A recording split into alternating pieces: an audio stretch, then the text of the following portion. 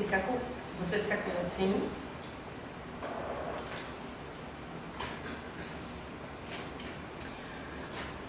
Olá, boa tarde. Estamos aqui com a palestra da professora Carole MacDiarmid, da Universidade de Glasgow, Approaches to Sustainable Teacher Development in EAP. Esta palestra vai ser em inglês, mas eu gostaria de fazer a apresentação dela. Okay?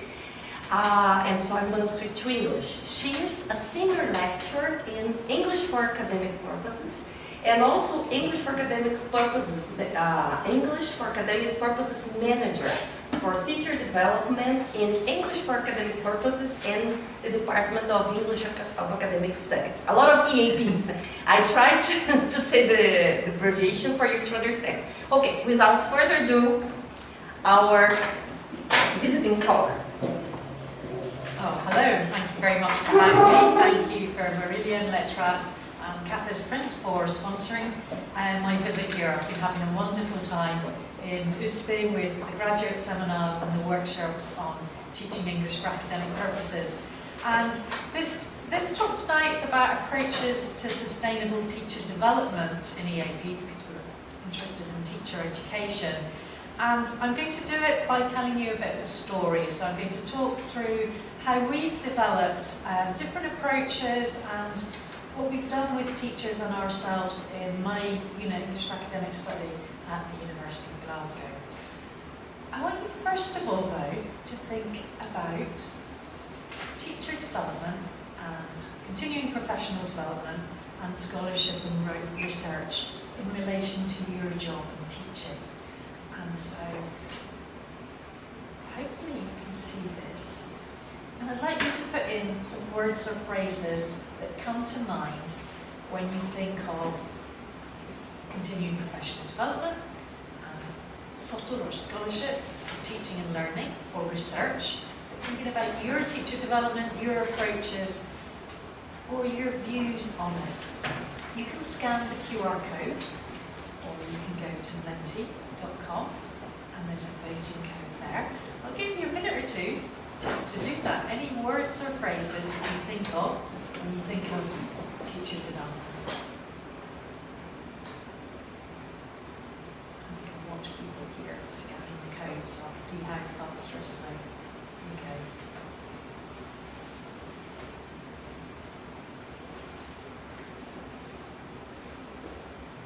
So when you log on to Menti, you should voting code, or you can scan and add in any words or phrases you think of when you think of professional development, continuing professional development, scholarship, if you use that term, TESOL is scholarship of teaching and learning, or research.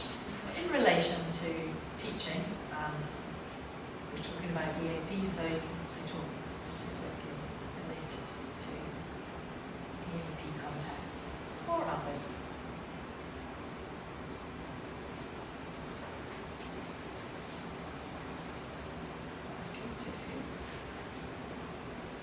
Let's just take it off this screen for a minute. It's not opening.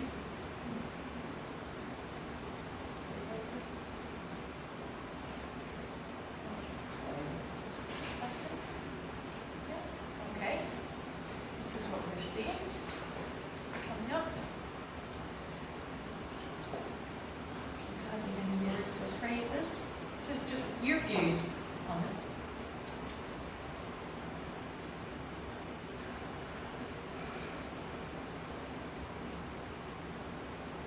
And these things that are coming up will relate to points I'm going to talk about. So we've got things about reading theories, we're thinking about research-informed practice, informing our practice, the continuous and autonomous. A lot of the time we need to do on our own. There might be programs and courses that you can take, but you can't do those all of the time. You often need to be able to do on your own, and we're going to look later at frameworks that might help guide your development. Studying, preparation, time. Time is often a big factor, especially when teachers are always busy. I'm sure everyone's busy, but teachers are always especially. Okay, I'll see what happens. People can add to this over the next few minutes, and I'll look at that again at the end of the session. So that's words and phrases.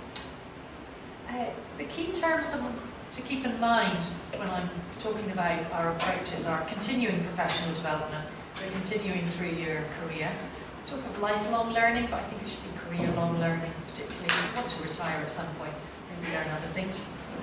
There's scholarship of teaching and learning, or TESOL, and that we particularly use that in my university to talk about research of your practices, your classroom practices, so very much based to us as practitioners. Practitioner research, and we'll look at definitions for that, and exploratory practice, because we're going to look at that as an approach. You may well be very familiar with the exploratory practice, because I know there's a lot of work in Brazil going on with exploratory practice. Just looking around the room here, can you put your hand up if you've heard of it as an approach? So I know there's a lot of work in schools here, so it might be in the school sector rather than higher education. So if you do know about it, I'm going to tell you a bit more. Well, maybe not more, you'll know about it. If not, later on I'll be telling you how we used it and the overview of it. So it's sustainability and CPD for EAP. It needs to be something we can continue to do. We're going to talk about why continuing professional development at TESOL, or briefly anyway. Challenges that we faced, how we've worked to try and develop an environment for professional development in my unit, and also we'll then go on and look at a framework and an approach. So a framework for TESOL, how you can plan your work, and exploratory practice. And I'm thinking these can be used in any context, but I'm really thinking about what we're doing in English for academic purposes and our context, because we work in higher education and research and scholarship are part of what academics do, so it positions us as part of the academic community. Knowledge is currency in our context, and we want to have research-informed practice to go with that. So why CPD and TESOL? It's motivating. I find it very motivating. Research engagement has potential to be a powerful, transformative force in the work of professional development of language teachers, writing teachers. Classes are always fascinating. They're always different. Learners are always different. There are so many things to look at in the classroom.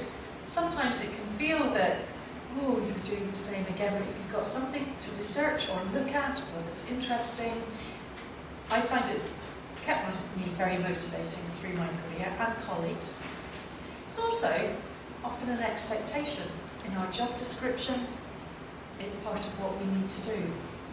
Update and expand specific knowledge to further understanding of our field.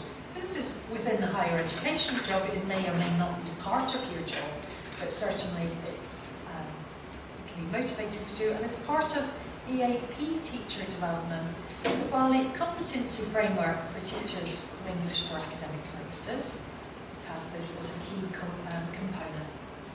In academic practice, personal learning, development and autonomy, an EAP teacher will recognise the importance of applying to his or her own practice the standards expected of students and other academic staff. Our colleagues in universities research and look at their practice. We are peers within the university. CALIF is a international, it's a professional organisation for teachers of EAP. And it has a competency framework which sets out areas that it's come from bottom up by asking teachers and developing a framework of areas that are important for an EAP teacher. You can Google it, there's a link in the slides at the end, but that also can help inform what you might want to develop in. You can look at it, okay, I know a lot about academic context, maybe I want to know more about academic disciplines, but you know a lot about student needs and so on. But I'm not going to go through the whole competency framework, but it is part of a recognised or expected competency for EAP teachers. This comes from the original document. I'll let you read that.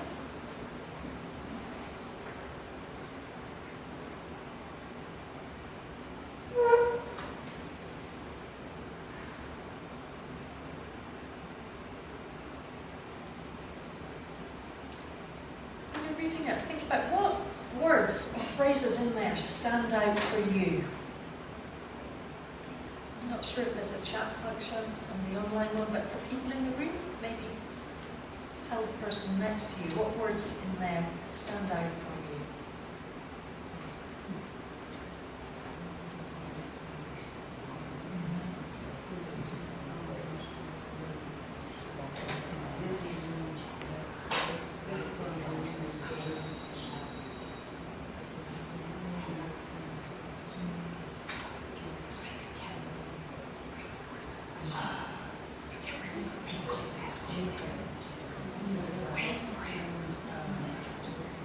So here, which words anyone can call out? What stood out for you in this? Systematic, understanding. Okay, yep. I'll repeat it so you prefer science. Systematic, understanding. It's part of research, yes? To make complex decisions. Yeah, making complex decisions. Teaching in any context is complex. There are very many factors in EAP. We've got complex content as well as complex decisions to make. Definitely critical awareness of current problems. Yeah, so critical awareness, criticality is enormous in the EAP, and current issues and problems, so keeping ourselves up to date with practices. Commitment. Commitment, yes. A commitment to develop professionally. There isn't obviously a right or wrong answer to that one, but those are things that I would stand out for me also. So, how do we do it? What have we been doing? And this story is quite long, so I'm going to actually refer to some research and things we did quite a number of years ago, but we've been on quite a long journey developing here. How we developed an environment for CPD, how we moved on and developed frameworks for scholarship of teaching and learning, and one approach which has been there all the time, but as a sustainable approach in exploratory practice. So I'm not sure if you know the phrase of from small acorns, large oaks grow, but we've been going like this and developing over time from smaller steps to larger endeavours within our department. So what did we do to develop an environment? So obviously I'm talking within an institutional or organisational context. But the things here probably are things that you can develop a local network that you could do. My context is English for academic study. We have a variety of courses, pre-sessional academic English courses for students before they start the university, when they're on their university programmes, EGAP, English for general academic purposes courses, ones that are more specific courses. So we've got quite a range of EAP provision. We've got a range of EAP teacher interests and expertise. We have core staff, so permanent full-time staff who are with us all year round, and teachers that come for the summer when we have particularly large programmes, and we have very experienced EAP teachers, returning or coming to us for the third time, and also there might be teachers who are quite new to EAP, they might be experienced language teachers but moving into EAP. So we've got quite a mixed context to try and think about. So how do we encourage engagement and innovation and development? Well, these were some of the things that we started doing with seminars and peer-led workshops. So we might select an area, either because it's one thing people have asked about, or someone's interested and will say, tell us about it.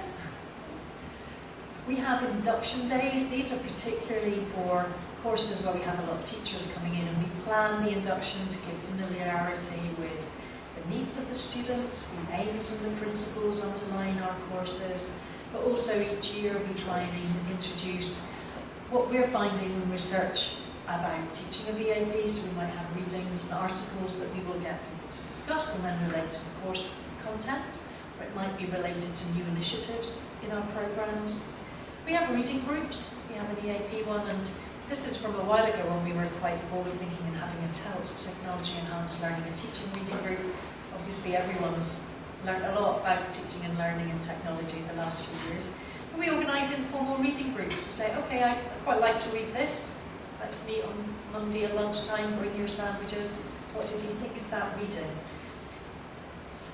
We've done face-to-face. We tried online before the pandemic because we were all face-to-face, we had more people, but now I think online will work for a lot of people, and it particularly works when you have people working in quite varied and disparate contexts. We have observations. We observe teachers as part of our programme, but we've included a lot more peer observations rather than more experienced staff observing, because we were having a great time observing teachers, but teachers enjoy going and seeing peers and learning from each other and finding out what's happening in classrooms. And we also support for engagement with scholarship and research, with study and events. We're fortunate in that the university or our department will sponsor not vast amounts of money, but it will help pay for going to conferences, particularly if people are speaking, for some if they're going on to study. So we're quite fortunate there that we get some institutional support there. But these are the different types of things that we've done. Quite a while ago, this has been going on for a number of years, quite a while ago I had a look to find out, so what's happening, how effective is it? To what extent are we engaging with research and scholarship and in? So using it as reading and research to inform practice, and then trying out and investigating and researching. We had quite a range of answers, but I think that reflected quite a range of experiences of teachers there. But we were increasing the number of people that were engaging with and in research, which is important in our context. There are challenges always though, there. Time is always a challenge, but also support and pressure and what you can do. So we were trying to think, how do we make this linked up, particularly to practice, so that it's doable, it's interesting, it's not too much of an extra amount of work for people. So, as I said earlier, I'm going to talk about framework and opportunities to engage with and in scholarship. We've made an increasing focus on scholarship and dissemination, so taking to conferences and starting to write. We had our seminars and workshops where we were learning and teaching ourselves, but we also wanted people to be more engaged in research. We drew on our Central University department to come and talk, because we've always had some people interested in exploratory practice. I'll go on to that. So we're thinking, we looked earlier at research and CPD and what practitioner research or teacher research involves. We had systematic and so on. And this is from org.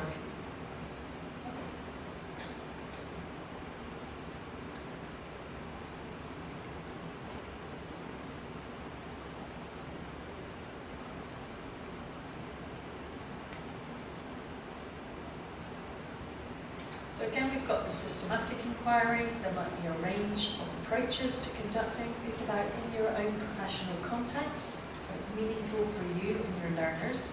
Individual or collaborative. Collaboratively, if you can, because you've got someone else to work with, if you can manage. And it's about enhancing understanding and made public. And I think this was quite a big step for us, is making sure that not only are we innovating and doing interesting things in our classrooms, but we're sharing it within our institution, at conferences, and more writing. So it's potential to contribute to quality of teaching and learning, may inform institutional improvement, and reflecting what research is in the wider academy. Research, we disseminate, and we build knowledge. Org has a range of definitions here connected to teacher research, which you may be familiar with, but all forms of, from Cochrane and Smith, all forms of practitioner which involve systematic, intentional, self-critical. I think for research we'd also making sure that it is disseminated. It's supporting teachers to become more confident, proactive, potential to make a real difference. We're all in education to make a difference and support. Contributes to knowledge. So there's lots of good reasons to do it. In terms of practitioner research, it should be systematic, language teacher professionals, our own work, practical purposes, self-study rather than studying others. Going and studying others can be more time-consuming. And it's different from reflective practice, which might be informal, private. I think, crucially, not shared. Reflective practice is very important and very helpful, but the sharing helps us develop as EAP practitioners within academic contexts. You'll begin with a question. Think about how you can collect or gather information, carrying out, compile data, analyse, reflect, disseminate. Quite straightforward cycle. Okay. But we were also thinking particularly about scholarship. So they aim to study and improve student learning, to improve knowledge, share that information. This is particularly in our context. We talk about research, and it might be disciplinary research. We talk about scholarship, and that's on our practice, and it's related to our job descriptions, our development reviews, and our promotion criteria, because we have specific roles for people that are experts in teaching and learning, and are looking at that in the classroom. So we had people from our central department come over and talk about scholarship teaching is evolved into scholarship of teaching and learning. So then we're like, well, what does that involve? How do we do it? We know that what it involves is you need to know knowledge of the literature. So you want your research-informed practice and the literature to inform your investigations, and then reflection on and evaluation of teaching, and dissemination. I keep talking about dissemination, but that is part of developing in scholarship and research and teaching. And also that idea that, well, we need to look at what's been done before, what are we doing, do we need to do it? So lots of information there, what's going to be important in my context. And this is what we get our students to do, what researchers do in the academy. So we're doing the earlier quote of reflecting the standards and practices of the academy.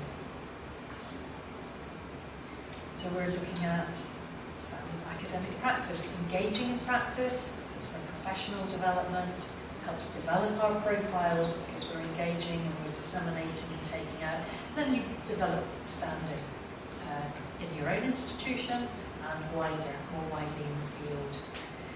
We took a number of approaches to supporting teachers. There was go and do scholarship is one approach. We thought we need to scaffold this a little bit more. So we were all thinking about what we're doing. So we have various sessions where we get people to think, well, what's interesting for you? What are you interested in doing? It needs to be meaningful and practice-based. What's going to be an appropriate approach to doing this? We looked at action research, practitioner inquiry, sometimes more traditional forms of collecting data, identifying collaborators. Is there someone else that's looking at the same thing? Maybe you can split up tasks or do the same project but in different classrooms. And then planning their scholarship cycle. And so the framework that I said, this is a picture, the visual here is we did workshops and said, what are you interested in? And then trying to find nexus of interrelations. So we're building a community in our department. And this was a straightforward framework that we did for planning scholarship projects. What's the goal? What is it you want to find out? The preparation for scholars' work, methods used to conduct work, how you're going to gather your data, and what's the impact of it. How do we know that what we're doing is effective, or maybe it wasn't effective, but we learned something. Reflecting and communication. From my experience, I know myself and others, people would be innovating in the classroom and doing things, but it was trying to be more systematic and thinking about the goals and the preparation, and thinking about how we can evaluate it. Say, oh, we're doing great things in the classroom. In academia, everyone, many places would say, how do you know? What's your evidence? And so we're trying to develop that, and then we can take it out into the university. We have a very big learning and teaching conference in our university, where we can go out and say, we've done this is our evidence. Again, academic standards and practices. So we have the framework. We also set people up with examples. So And it's got Carole and Anna, because this was a professional development section within our university. Anna and I developed a web resource on the transitions to academic writing. We wanted to develop a resource. We were doing our reading in preparation, what's important. We had to put in a bid for funding for this, so we had to have our background. We had to put in ethical approval because we were collecting examples of student data, of students' work and their reflections. We had to design materials and so on. And then we evaluated the resource by inviting the students to come and try out the resource. We had focus groups and questionnaires. We adapted the resource and looked at how we can make it sustainable. And then we had to communicate it. We had to do a report because we got some money. We did internal dissemination and took it out to other places for this. So we're trying here to show people this is how it might look, but also these are things we've learnt. Ethics, ethical approval applications. So we've tried this, we'll do it, we can help you. And that people also can see what's involved in it. This was the link, that was the transition site that we made. Other things we did was just come along, talk about what you're interested in. What do you want to find more about? How might it help your teaching and learning? What do you know about it? What do you need to find out first? So we got people involved in doing projects, and then we had a number of sessions through the year where we said, come and tell us what you're doing, what's your work in progress, how are you getting on, what questions, so that people were doing, because it was an expectation, but could also share ideas and practice. So that was interesting. We had quite a lot of projects. We were drawing on research methods from education and linguistics, practitioner inquiry, as I said. But time was still a challenge. We do get a little bit of time. That time we didn't have very much time, but it was still a challenge. So we started thinking more about exploratory practice. I first came across exploratory practice back in the mid-1990s, I think, and found it really interesting because it is about sustainability. So we have a scholarship framework, the TESOL framework. Exploratory practice can fit into that, but it's about a way of doing things. So, exploratory practice is all about exploring, and it's about puzzles. Not necessarily a problem, but a puzzle. So I'll give you a few minutes. Again, the people near you in the room, you can put in the chat if there is one there. What is it that interests you or puzzles you about your teaching? It's just you want to know about. Just tell someone. What was you interested and why?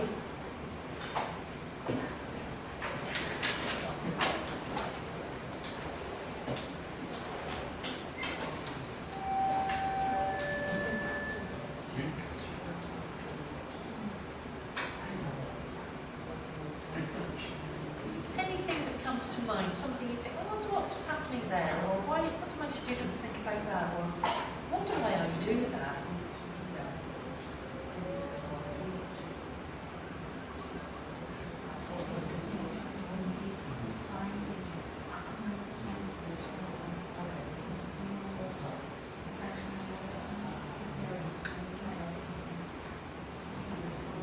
Would anyone here like to share something that puzzles them?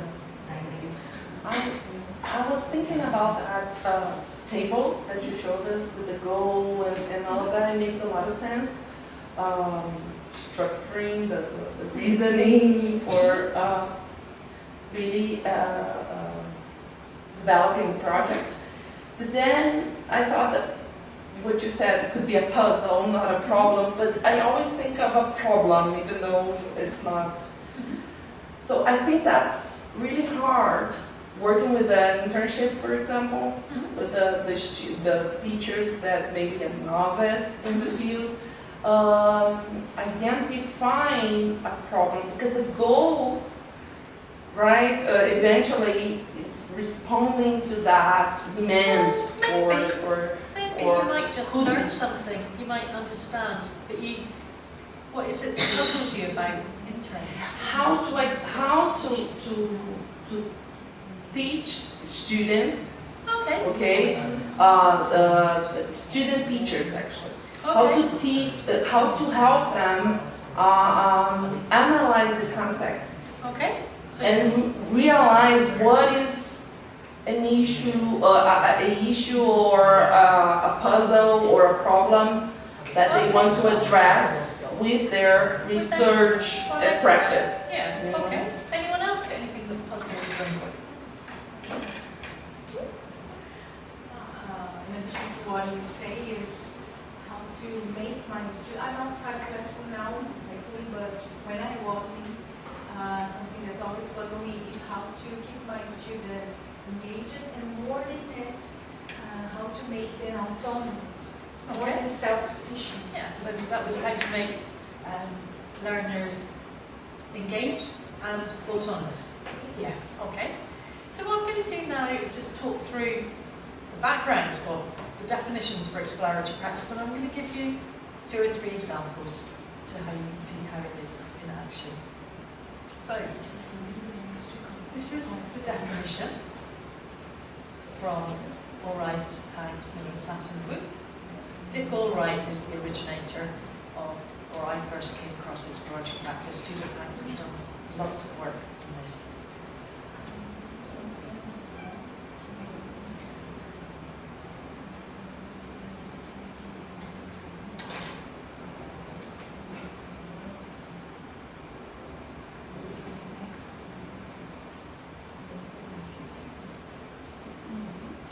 So you'll see italics within that, and they're my italics.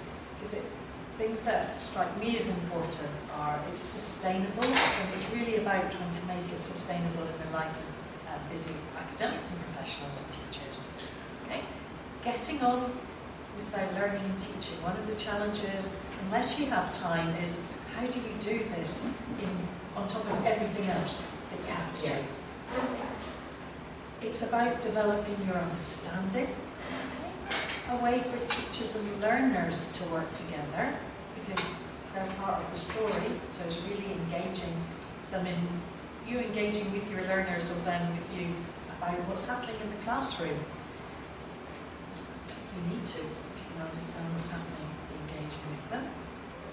About classroom practice that puzzles them, and they deliberately use puzzle rather than problem, because not everything's a problem. You want to understand what's happening, that's part of it. There might be problems, there might be issues, there might be something you think, oh, because of that I want to develop. It's about understanding your context and the normal pedagogic procedures, so that you don't necessarily have to go away and learn lots of new data gathering approaches. I'll show you a couple of examples of what that might look like. There are principles here, like quality of life. We want a good work-life balance, don't we? Okay. Understanding. Okay. It involves everybody, so you get a rounded picture. You learn huge amounts. Bring people together. It's mutual development. Continuous. And try to minimise the burdens. This is the sustainability aspect of it.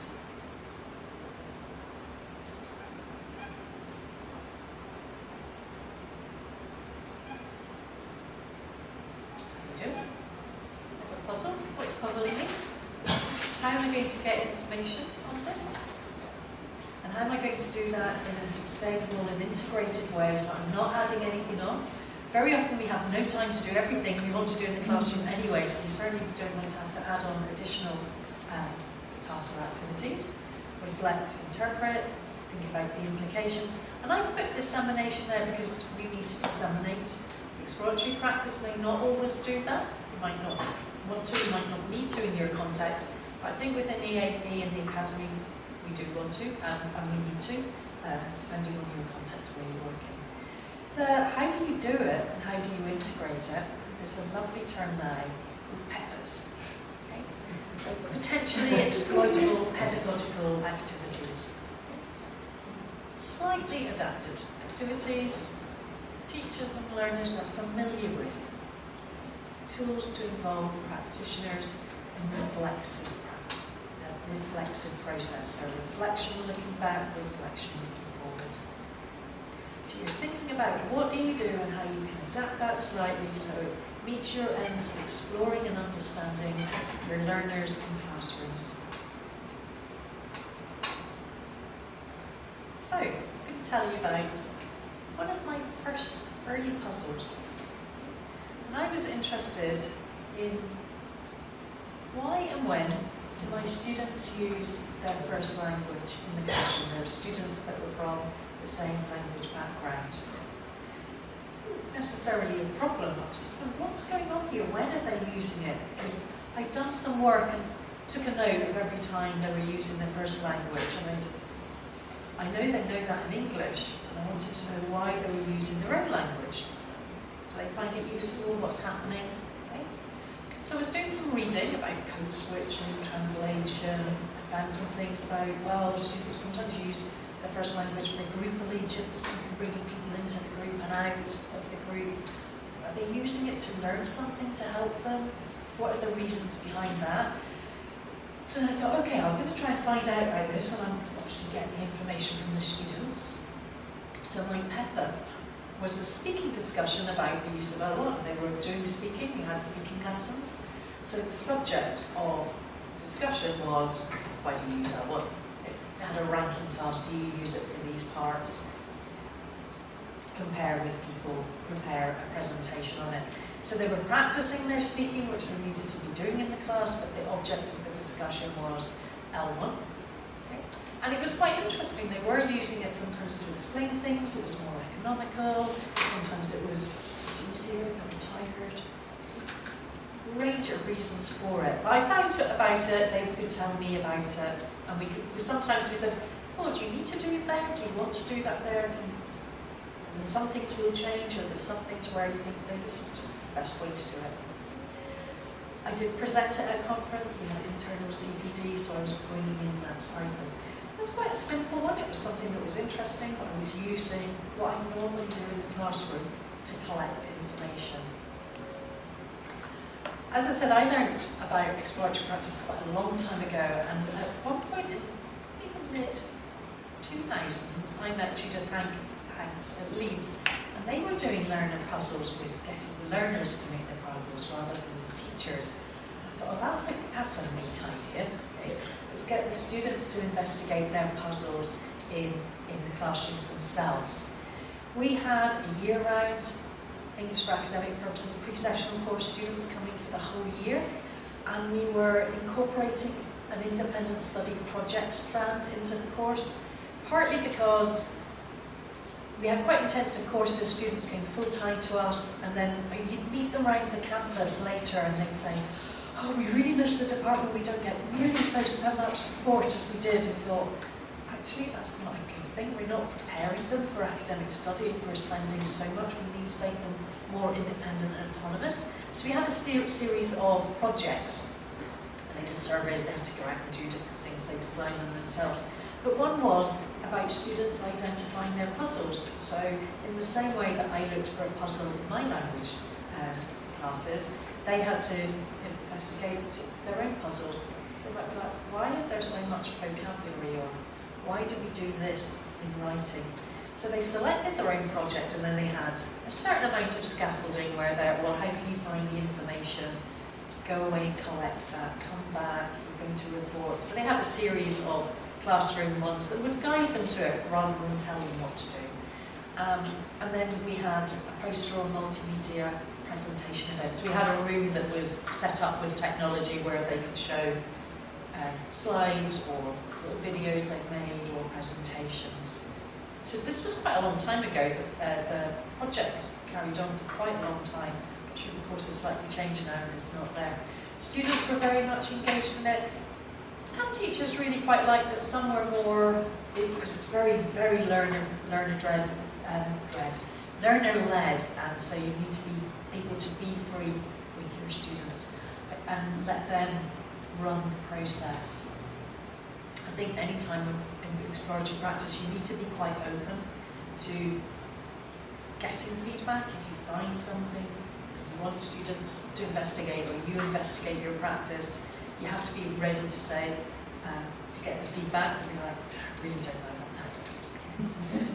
Maybe it's another puzzle, but to get that feedback is actually quite empowering as a teacher. So there are two examples from my context. Just recently I was reading something by Sal Consoli on motivation. He was looking at motivation in pre-sessional students and engagement, and his peppers were weekly reflective reports. Students had to write each week anyway, to write about their motivation and engagement of the course. They had diagnostic writing anyway. He was getting them to write about their motivation, and reflective classroom discussions. So you can see reports, writing, discussions, things that they would normally do is just changing the focus of the content. Judith Hanks has just recently published an article in Journal of English for Academic Purposes, which covers a range of examples of EAP and how it's exploratory practice and how it's encouraged and supported people and teachers in their development, particularly in EAP contexts. There's a reading list here at the end. They're my examples, and my final question for you is, how do you, or how could you, engage in and with research? It might be to inform your practice as your first steps. It might be to start doing some explorations, either if you have time through a scholarship framework or with exploratory practice. Okay? And which ideas from this talk might you explore further? And that's what I've got to say about our story and our journey, about how we try to develop teacher development in ways that suit our situation, but also that can be sustainable. Okay, there's some references which will be shared at the end, the slides will be shared. Speak.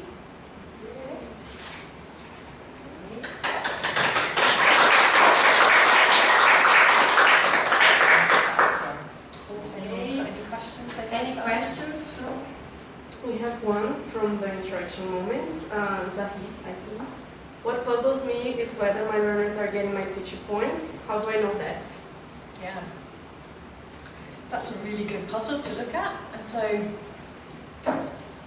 well, let's ask three Can you repeat big the person. question again? Yeah, sure. What puzzles me is whether my learners are getting my teaching points. How do I know that? Yeah. Are my learners getting my teaching points? How do I know that? Yes. Okay. So can we think of a way that you can collect feedback on that in the class that's part of your practice? Maybe keeping a journal by the end of the class. Every class you have this reflection moment, just asking students to kind of record that or make like a fast reading of what they got from the class by the end of the class and submit it to the teacher somehow. Yeah. So if students have got writing to do, they could do a writing or a short comment, maybe a short log. Yeah. You could think, so like I've used Mentimeter here, you could have some things, you know, what did you learn today? Yeah. An informative thing. Yeah. Little by little you observe. Yeah. Even from students' comments, walking around, trying to see how they were struggling. Yeah, I suppose it's the what are you doing in the puzzle in the classroom to collect that, so you might want to like take notes of that possibly. Ask learners to draw line graphs of where they felt they were learning in the class related to different activities. Smiley facey charts. Yeah. We had grammar point today. Rank it. Tell me why. So there are things you could incorporate within that. Any more questions, Maria? No questions then? Go on. I have a question, actually. Slide. I'm trying to understand how you developed your research so that it can help inform what I'm about to do. Okay. How did you get students to collaborate with data? Because you know you submitted the project for ethics purposes, and then you worked with the students' production, right? Oh, the earlier scholarship one, framework. Yeah, yes. Okay. How did you get them to participate, to be participants in the research? Hey, so the purpose of that project was to develop a resource, and we needed examples of student writing. Our own students are very often a captive audience, so we got ethical approval to ask students if they would share examples of their work and their feedback. So we put that in, and we asked the students, can we have your assignments? And then we developed the resource. So this particular resource has examples of students' work. It was inspired by another Wishes project, actually.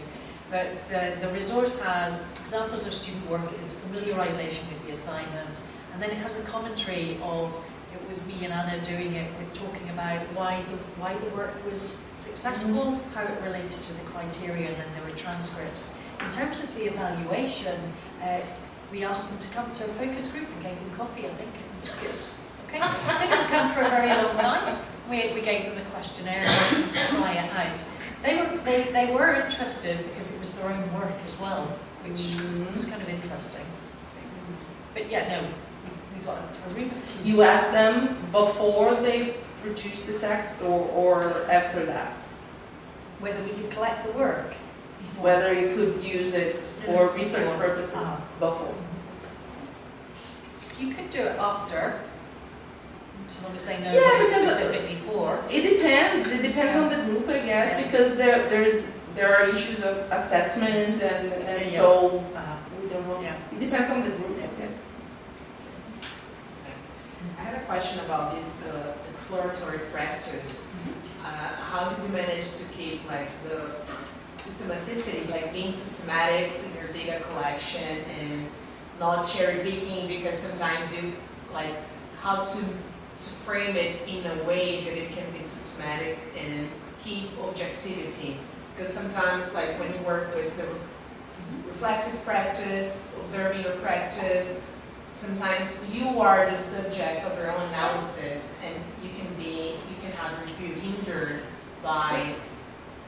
Yeah, you can. So the question's about how to be systematic and collect. I think in this, because the learners are the real participants and producers of the data, with my particular project, it was what were they saying about their use of L1. So I had their questionnaires, had their summaries, and then you can categorise the uses within that. But it's a very quite focused and limited project. I'm thinking that the puzzle should not always, but usually be learner-centered and not teacher-centered. Well, you want to involve people. Okay. So if you're going to find out and understand your classroom, part of this is incorporating and involving the learners in it, because they're one of the key sources of data. If you were looking at your own practice, you might look at reflective practice or autoethnography and work out ways of studying and analysing. That's possibly slightly more complex and would require different aspects. Because this is grounded in the classroom, Okay. I've got it from the students, you would probably maybe want an extra eye on looking at how you categorise your findings. Okay. Or someone else, you could do that. Okay.